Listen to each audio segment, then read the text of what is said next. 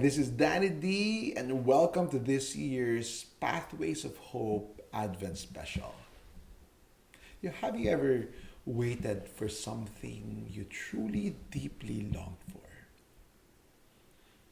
My daughter took her licensure exam for teachers last month. You know what? In the next few hours, the results are coming out, and we're so excited. You know, she worked hard for it. She studied and sacrificed, um, missed a lot of family gatherings, lost a lot of sleep. But she believes that she's done enough to be confident that she did well. But still, of course, there's that tinge of doubt. Will she make it?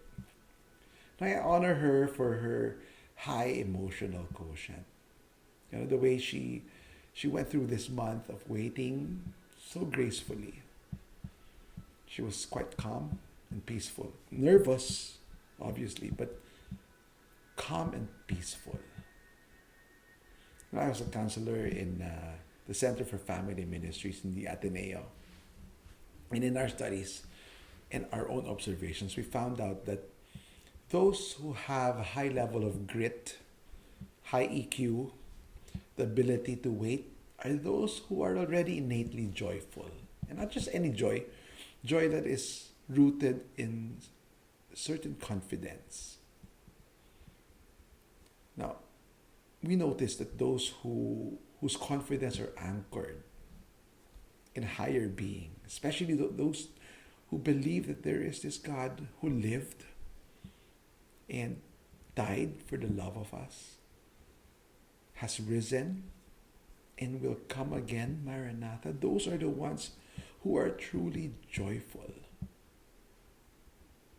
This is the joy of Easter children. And Advent is that time of waiting with patience, with endurance, with deep longing, with joy. Advent is still considered a penitential season because while we wait, there's almost that pain, that discomfort.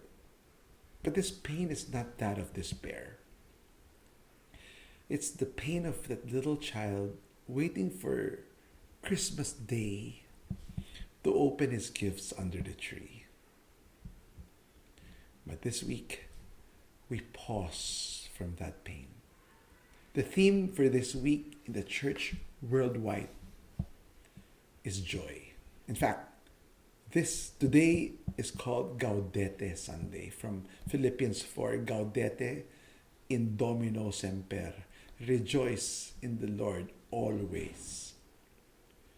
Now, this week does not take away our day-to-day worries.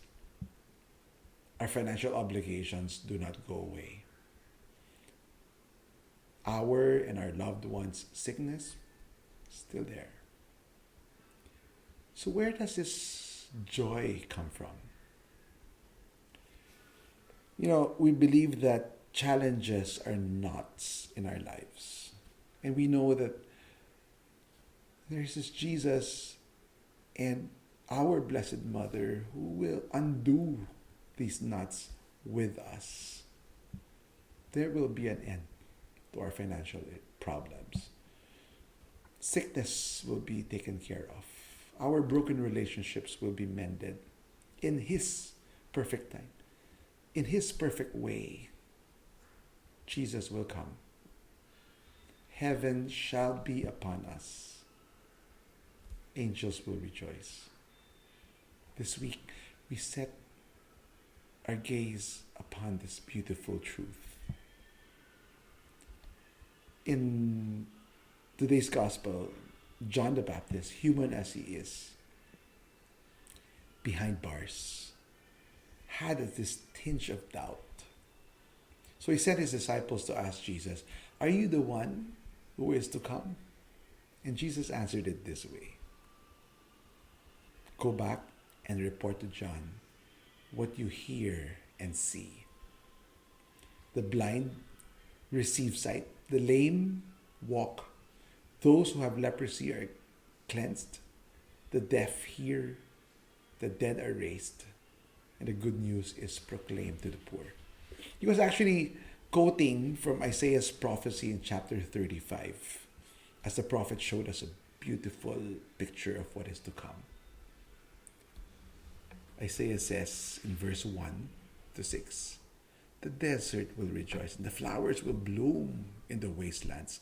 The desert will sing and shout for joy. It will be as beautiful as the Lebanon mountains and as fertile as the fields of Carmel and Sharon. Everyone will see the Lord's splendor, see his greatness and power. The blind will be able to see, and the deaf will hear. The lame will leap and dance, and those who cannot speak will shout for joy. Now, armed with this image, let us dance through this week.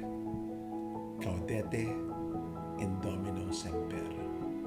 Rejoice in the Lord always. Happy Gaudete Sunday to all.